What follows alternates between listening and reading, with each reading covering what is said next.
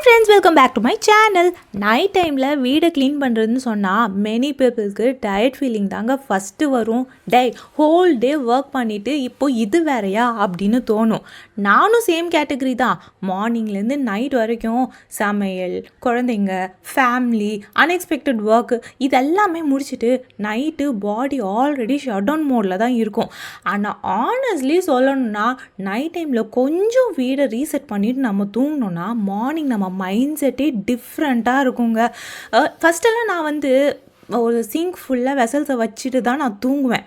So ஏன்னா நம்ம பாடி end of the டே ரொம்ப டயர்டாக இருக்கனால. ஆனால் மார்னிங் எழுந்த உடனே ஃபஸ்ட்டு அந்த வெசல்ஸை நம்ம பார்த்தா ஆல்ரெடி நம்ம ஸ்ட்ரெஸ் அப்பயே ஸ்டார்ட் ஆயிரும், மார்னிங்கே ஸ்டார்ட் ஆயிரும்.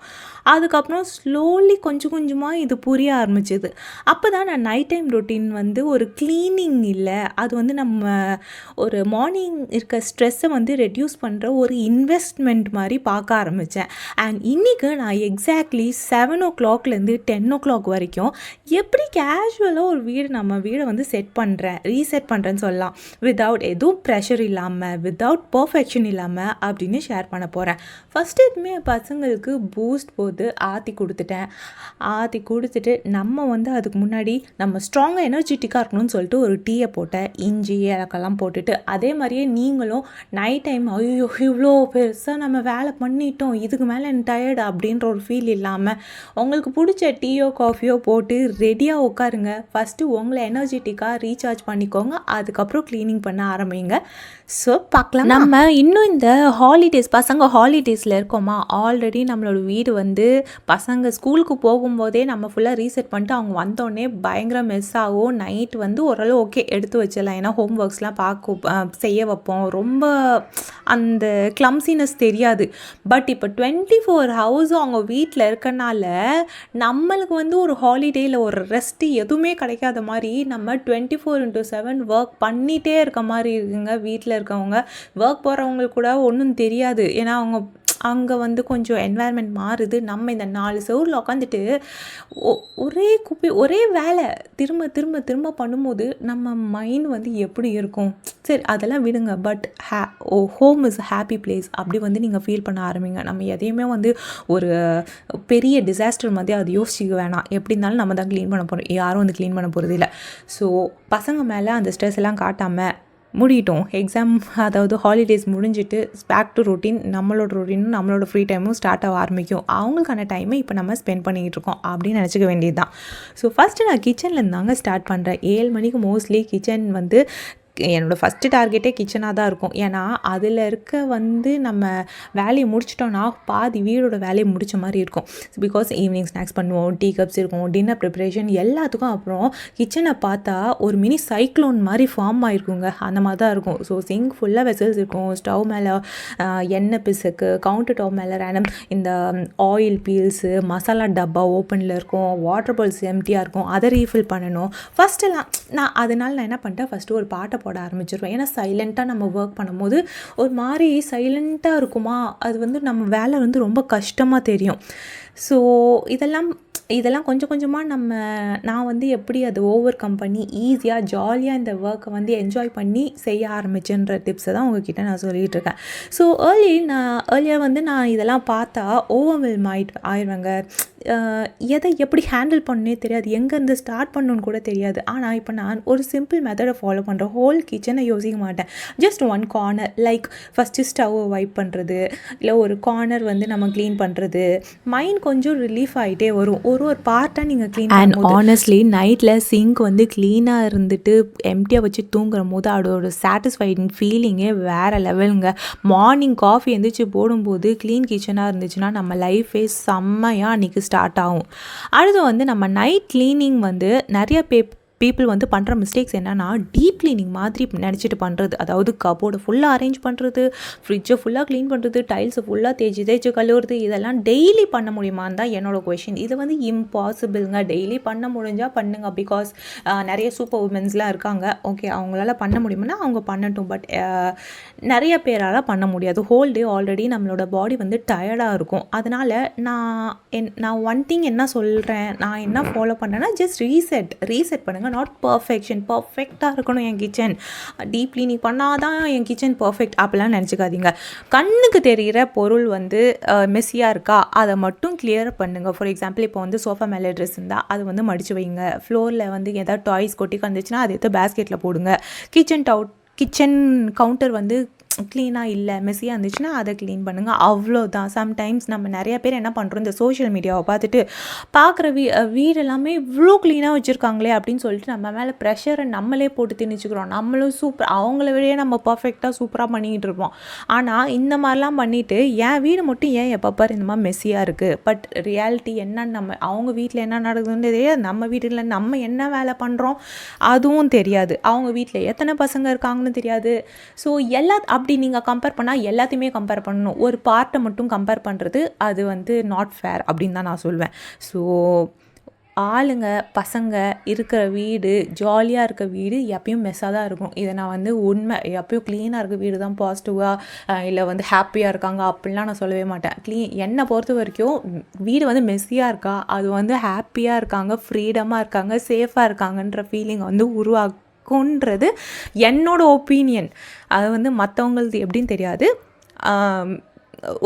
நான் என்ன சொல்கிறேன், இப்போ ஒருத்தவங்க என் ஃப்ரெண்டோட வீட்டை போய் பார்த்துருக்கேன். பசங்களை அவ்வளோ ஸ்ட்ரிக்டாக வச்சுருப்பாங்க, வெளியே அனுப்ப மாட்டாங்க. Only mobile, only phones and TV, இது மட்டும்தான். பட் வீடை பார்த்திங்கன்னா பர்ஃபெக்டாக அவ்வளோ க்ளீனாக இருக்கும், நீட் அண்ட் க்ளீனாக இருக்கும். அந்தந்த பொருள் அந்தந்த இடத்துல தான் இருக்கும். அந்த பசங்க அவ்வளோ நாலேஜ் கூட வளர்ந்துருக்காது, ஒரு ஜென்ரல் நாலேஜ் கூட இருக்காது. எப்போவுமே டிவி, ஃபோனு இதை மட்டும்தான் பார்க்குற மாதிரி. பட் நம்ம வெளியேருந்து பார்க்குறம்போது என்ன தோணும், அந்த பசங்க எவ்வளோ நீட்டாக இருக்காங்க, எவ்வளோ க்ளீனாக இருக்காங்க, இப்போ கிச்சனு, ரூமு, வீடு எல்லாமே க்ளீனாக இருக்கா அப்படின்னு தான் தோணும். பட் அந்த பசங்கக்கிட்ட நீங்கள் கேட்கும் போது அவங்க எவ்வளோ மென்டல் ப்ரெஷர் அண்டர்கோ பண்ணுறாங்கன்றது உங்களுக்கு தெரியும்.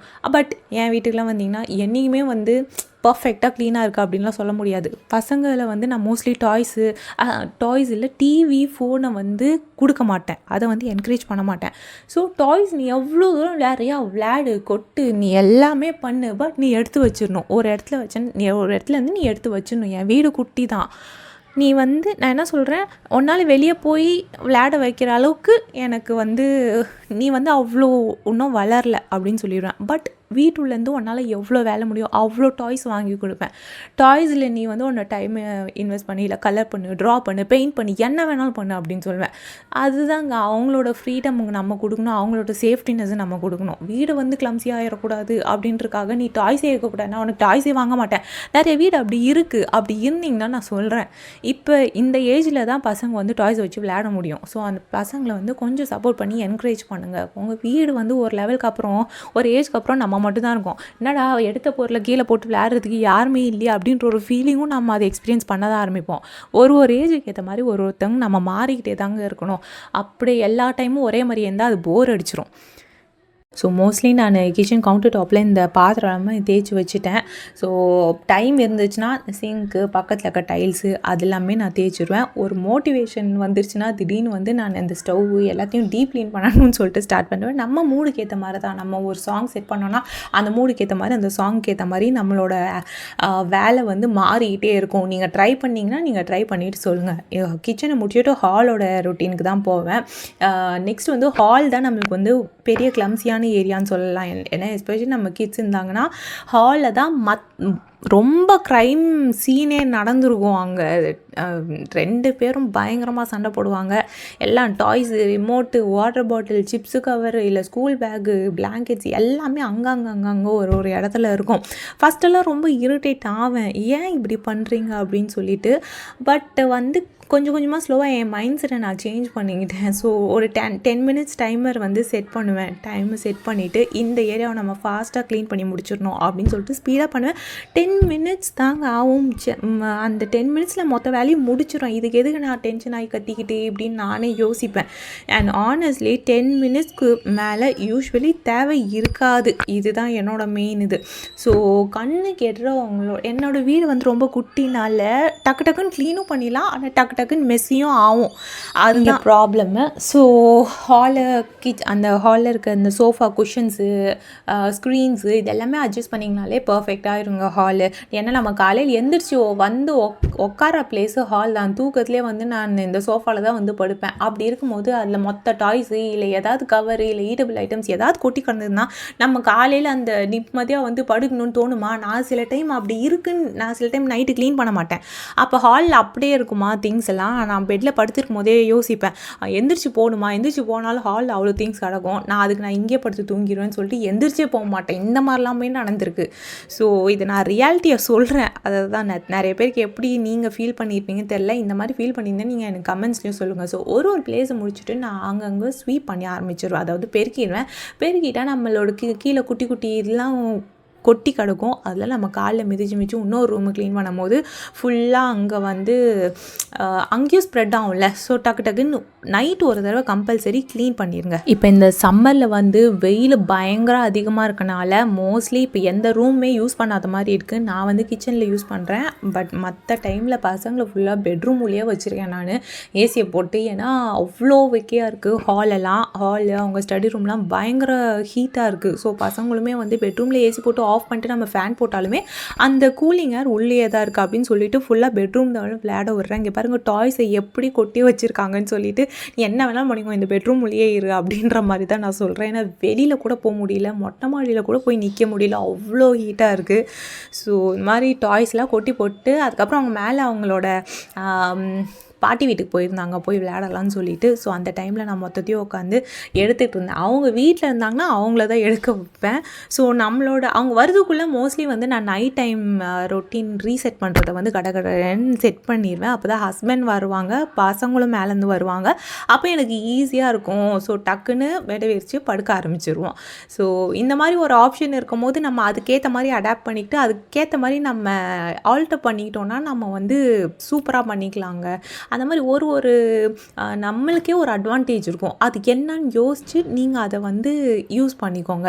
ஸோ எனக்கு இந்த டைம் வந்து அவங்கள மேலே அமிச்சா நான் டக்குன்னு நைட் டைம் வந்து ரீசெட் பண்ணிடுவேன் ஹவுஸை. அதனால அந்த டைம் மேலே அமிச்சிட்டு ஸோ க்ளீன் பண்ண ஆரம்பிச்சிட்டேன்.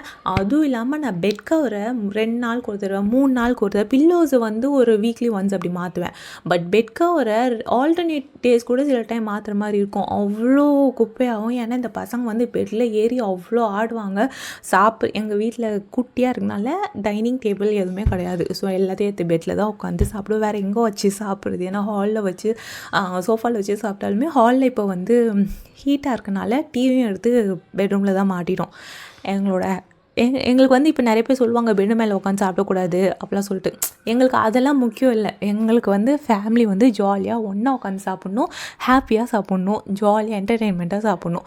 அதுதான் எங்களுக்கு முக்கியம். ஸோ எங்களோட ப்ரிஃபரன்ஸ் அது, எங்களோட ப்ரையாரிட்டி அது. அதுக்கேற்ற மாதிரி உங்கள் ஃபேமிலிக்கு என்ன தேவையோ அதை பார்த்து நீங்கள் மாறிக்கோங்க. மற்றவங்க இதுதான் ரூல்ஸ் அப்படின்னு லைஃப்பில் வாழ்கிறதுக்கு இதுதான் ரூல்ஸ் அப்படின்னு எதுவுமே கிடையாது. உங்கள் லைஃபுக்கு நீங்கள் போடுறது தான் ரூல்ஸு. ஸோ அதுக்கேற்ற மாதிரி மாறிக்கோங்க. ஸோ அடுத்தவங்க இப்படி தான் இருக்கணும்னு சொல்கிறனால அவங்கள மாற்றிக்காதீங்க. அது உங்கள் லைஃபுக்கு செட் ஆகாது. நானுமே ட்ரை பண்ணிவிட்டு அது செட் ஆகலை.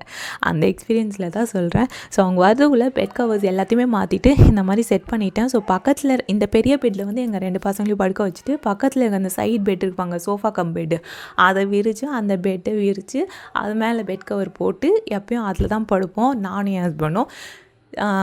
தூங்கி எழுந்திரிச்சுமே திரும்ப அந்த பெட்டை எடுத்து நிமித்தி வைப்போம். ஸோ இது வந்து குட்டியாக தான் இருக்கும் பார்க்க. பட் எனக்கு இன்னும் பெரிய பெட்ரூம் வேணுன்ற ஆசை இல்லை. ஏன்னா எங்களுக்கு 4 பேரும் ரொம்ப க்ளோஸாக இருக்க மாதிரி இருக்குது இந்த ரூமு. ஸோ நான் என் ஹஸ்பண்ட்கிட்ட சொல்லியிருக்கேன், இன்னும் பெரிய வீடு வாங்கிட்டு இன்னும் நம்ம அப்டேட் ஆனாலுமே எனக்கு இந்த மாதிரி ஒரு ரூம் தான் வேணும். நம்ம 4 பேர் ஒரே ரூமில் இப்படி இடிச்சிட்டு படுக்கிறது தான் எனக்கு பிடிச்சிருக்கு அப்படின்னு சொல்லிட்டு. ஸோ இதாங்க லைஃப், வேறு என்ன இருக்குது? இதுக்கு மேலே எவ்வளோ காசு வந்தாலுமே வந்து நம்மளோட ஹாப்பினஸ்ஸு, நம்மளோட ரிலேஷன்ஷிப்புக்கு அதுக்கு தான் நம்ம ப்ரையாரிட்டி கொடுக்கணும். ஏன்னா கடைசி வரைக்கும் அதுதான் நம்ம கூட வரும். ஸோ அடுத்து முடிச்சுட்டு இந்த ஹால்லாம் வந்து ரீசெட் பண்ணிட்டேன். ஸோ கிச்சனை பண்ணியாச்சு. கிச்சனில் வந்து தண்ணி கேனை வந்து எம்டியாக இருந்துச்சுன்னா அதெல்லாமே ரீஃபில் பண்ணிக்கோங்க. க்ராசரிஸ் எல்லாத்தையுமே ரீஃபில் பண்ணுங்கள். அடுத்த டே வந்து உங்களுக்கு ஈஸியாக இருக்கும் குக் பண்ணுறதுக்கு. ஃப்ரிட்ஜில் இருக்கிறது எல்லாத்தையுமே ரீசெட் பண்ணி வச்சுக்கோங்க. ஸோ டெய்லி மோட்டிவேஷன் இருக்கும்னு சொல்ல முடியாது. சம்டைம்ஸ் நம்ம பாடி உண்மையிலேயே சத்தியமாக மூவ் பண்ண முடியாது. அந்த மாதிரி ஒரு பர்டிகுலர்லி இந்த ரெய்னி டேஸ் அப்போ, இல்லை ஒரு எமோஷ்னலி டயர்ட் டேஸு, இல்லை ஏதாவது ஒரு ப்ராப்ளம் நினச்சி நம்ம யோசிச்சுட்ருப்போம். அந்த டைமில் நம்மளுக்கு எதுவுமே பண்ணணுன்னே தோணாது. ஸோ அந்த டைம் ஒன்று மட்டும் யோசிச்சு பாருங்கள். காலையில் எழுந்திரிச்சுமே இதை பார்க்கும்போது நம்ம யாரும் நம்மளுக்கு ஹெல்ப் பண்ண போகிறதில்ல, நம்ம தான் பண்ண போகிறோம். எப்படி இருந்தாலும் அந்த வேலையை நம்ம கையில் தான் பண்ண போகிறோம். ஸோ அதனால கொஞ்சம் புஷ் கொடுத்துட்டு, ஒரு 100% கொடுக்கலன்னா அட்லீஸ்ட் 20% போதுங்க. 20% போட்டு க்ளீன் பண்ணியாச்சுன்னா கன்சிஸ்டன்சி தான் இம்பார்ட்டன்ட். ஸோ டெய்லி கொஞ்சம் பண்ணால் பெரிய பெரிய மெஸ்ஸாக இருக்கிறதெல்லாம் க்ரியேட் ஆகுறதெல்லாம் நம்ம தடுக்கலாம். And one more thing, cleaning motivation mostly ஆக்ஷனுக்கு அப்புறம் தான் வரும், முன்னாடியெல்லாம் வராது. ஸோ ஸ்டார்ட் பண்ணுங்கள். மோட்டிவேஷன் ஆட்டோமேட்டிக்லி உங்களை ஃபாலோ பண்ணணும், நீங்கள் ஃபாலோ பண்ணணும்னு அவசியம் இல்லை. ஸோ ப்ராப்ளம்ஸ் இருந்துச்சுன்னா ப்ராப்ளம்ஸ் வரும் போகும், அதையே நினச்சி ஒரி பண்ணிடலாம் இருக்கீங்க. ப்ராப்ளம்ஸை மறக்கிறதுக்கு நீங்கள் க்ளீனிங்கும் பண்ணுங்கள், அந்த ப்ராப்ளம் ஓடி போயிடும். க்ளீனிங் வந்து ஒரு தெரப்பின்னே நான் சொல்லலாம். இன்னொன்று, இந்த சைலண்ட் க்ளீனிங் மூமெண்ட்ஸ் எனக்கு ரொம்ப பிடிக்குங்க. நைட்டு எல்லாருமே தூங்கிட்டு இருப்பாங்க. அப்போ வந்து நம்ம க்ளீன் பண்ணும் போது ஒரு வேறு லெவல், ஒரு டிஃப்ரெண்ட் வைபாக இருக்கும். அதாவது ஒரு ப்ரெஷரும் இருக்காது, ஒரு நாய்ஸும் இருக்காது. ஜஸ்ட் நம்மளோட தாட்ஸ் நம்ம மட்டும்தான் நம்ம வந்து க்ளீன் பண்ண போகிறோம். ஸோ சம்டைம்ஸ் நம்ம சாங் கேட்டுகிட்டே பண்ணுவேன்னு சொல்லியிருக்கேன். அதில் ஓல்ட் மெலோடி சாங்ஸ்லாம் கேட்டுட்டு பண்ணுங்களேன், செம்ம ஃபீல் இருக்கும். அண்ட் சம்டைம்ஸ் கம்ப்ளீட் சைலன்ஸாக இருக்கும், அதுவுமே செம்மையாக இருக்கும். எப்பயுமே ஒரு நாய்ஸை விட ஒரு சைலண்ட்டும் வந்து ஒரு நல்ல ஜாலியாக இருக்கும். அண்ட் ஆனஸ்ட்லி இந்த டைம் எனக்கு ஒரு செல்ஃப் டைம் மாதிரி ஃபீல் ஆகும். அண்ட் ஹோல் டே எல்லாரோட நம்ம ஒர்க் ஸ்பெண்ட் பண்ணிகிட்ருக்கோம். அதுக்குன்னு ஏன்னா ஃபேமிலி எப்படி அப்படிலாம் இல்லைங்க. எல்லாரோட பண்ணும் போதும் நம்ம மீ டைம் நம்மளை வந்து ஒரு ப்ரையாரிட்டியில் தான் எப்போயுமே வைக்கணும். உங்களை நீங்களே ப்ரையாரிட்டியாக ஃபஸ்ட் லிஸ்ட்டில் வைக்காமல் இருந்தீங்கன்னா மற்றவங்க எப்படிங்க வைப்பாங்க? ஃபஸ்ட்டு நீங்கள் வந்து உங்களை கான்ஃபிடென்ட்டாக ஃபீல் பண்ணிட்டு உங்களை செல்ஃப் லவ் பண்ணுங்கள் ஃபஸ்ட்டு, அதுதான் முக்கியம். ஸோ நைட்டு எல்லாமே டெய்லி காலையிலேருந்து ஓடுன்னு ஓடிட்டு நைட்டு கொஞ்சம் ஸ்லோ டவுன் பண்ணி சான்ஸ் கிடைக்கும் போது ஜாலியாக மெதுவாக க்ளீன் பண்ணுங்கள். அதனால நைட் க்ளீனிங் வந்து மோஸ்ட்லி எனக்கு ஸ்ட்ரெஸ்ஸாக தெரியாது, ஒரு தெரப்பி மாதிரி தான் இருக்கும். ஸோ நைட்டில் 15 மினிட்ஸ் நம்ம ப்ரிப்ரேஷன் பண்ணி தூங்குறோம்பாங்க. அது வந்து ஆக்சுவலி மார்னிங் 1 hour சேவ் ஆகும். நான் எக்ஸ்பீரியன்ஸில் தான் சொல்கிறேன். மார்னிங் எல்லாத்தையுமே தேடுவேன். அப்படி சப்போஸ் நம்ம க்ளீன் பண்ணாமல் விட்டுட்டோன்னா எல்லாமே தேடுவேன். ஸ்கூல் பாட்டில் எங்கே, சார்ஜர் எங்கே, ட்ரெஸ் அயன் பண்ணலையா, பிரேக்ஃபாஸ்ட் எங்கே, ஷூஸ் எங்கே, எல்லாமே தேடுவேன். சில time lunch bag, snacks, lunch bag கொடுத்து விடவே மறந்துடுவேன். அவ்வளோ கிளம்ஸியாகிரும் வீடு. நான் லஞ்ச் பேக்ஸ் எடுத்துகிட்டு போயிருப்பாங்கன்னு நினைப்பேன். அதுக்கப்புறம் அவங்க கிளம்புனமே பின்னாடியே நானும் வண்டி எடுத்துகிட்டு ஓடுவேன், திரும்ப போய் லஞ்ச் பேக்கை வந்து கொடுக்குற மாதிரி. ஸோ இவ்வளோ கன்ஃபியூஷன்ஸ் க்ரியேட் ஆகும். ஆனால் இப்போ நான் நைட்டில் ஒரு ஸ்மால் ப்ரிப்ரேஷன் பண்ணிட்டு படுக்கிறனால கிட்ஸுமே டைமுக்கு ரெடியாக வராங்க. பிரேக்ஃபாஸ்ட் வந்து வெளியில் சாப்பிட்றது ரொம்ப கம்மியாக இருக்குது. இப்படிலாம் டஸ்ட்பின்ஸ்லாம் வந்து நம்ம வந்து டக்குன்னு எம்டி ஆக்கிடுறோம். இதெல்லாமே ஒரு குட் வைப்ஸ் தானே. எல்லாமே டைம் நடக்கும் போது ஒரு காம் மைண்ட் நம்மளுக்கு வருதுல்ல, ஒரு பீஸ்ஃபுல்லான டே வருது. ஸோ பசங்களை கத்த மாட்டோம். இதெல்லாமே ஒரு பாசிட்டிவ் வைப்ரேஷன்ஸை நம்மளோட வீட்டில் வந்து க்ரியேட் பண்ணணும். நம்மளுக்கு பூஜை பண்ணுறதுக்கு டைம் இருக்கும், நிம்மதியாக ஒரு ஜாலியாக ஸ்டார்ட் பண்ண ஆரம்பிக்கலாம். ஸோ மார்னிங் வந்து ஃப்யூச்சர் செல்ஃப் நமக்கு வந்து ஒரு தேங்க்ஸ் சொல்லும் நம்மளை. ஸோ எல்லாம் க்ளீன் பண்ணி முடிச்சுட்டு உங்கள் வீடை ஒரு ரவுண்ட் வாக் பண்ணி பாருங்களேன். கிச்சனில் சிங்க் வந்து காலியாக இருக்கும், ஹால் வந்து ஒரு காமான ஒரு ஃபீலிங் இருக்கும், ரூம் எல்லாமே செட்டில் இருக்கும். அந்த மோமெண்ட் ஆனஸ்ட்லி பார்த்திங்கன்னா ரொம்ப ஒரு சாட்டிஸ்ஃபைங்காக இருக்குங்க. ஹோல் டே நாய்ஸ்க்கு அப்புறம் நைட்டில் ஹவுஸ் வந்து ஒரு காம் ஆகும்போது மைண்டுமே ஒரு காம் ஆகும். ஸோ லைட்ஸ்லாம் ஆஃப் பண்ணிவிட்டு ரூமுக்கு போகும்போது ஒரு ஸ்மால் அச்சீவ்மெண்ட் ஃபீல் ஆகும். கன்ஃபார்மாக எல்லாருக்குமே ஆகும். அது வந்து ஒரு சாட்டிஸ்ஃபைங் மாதிரி நம்மளுக்கு. ஸோ நைட் க்ளீனிங்னா பர்ஃபெக்ட் வீடுக்காக இல்லைங்க. நம்ம மைண்ட் வந்து கொஞ்சம் லைட்டாக இருக்கணும், மார்னிங் ஸ்ட்ரெஸ் கம்மியாக இருக்கணும், அதுக்காக தான்.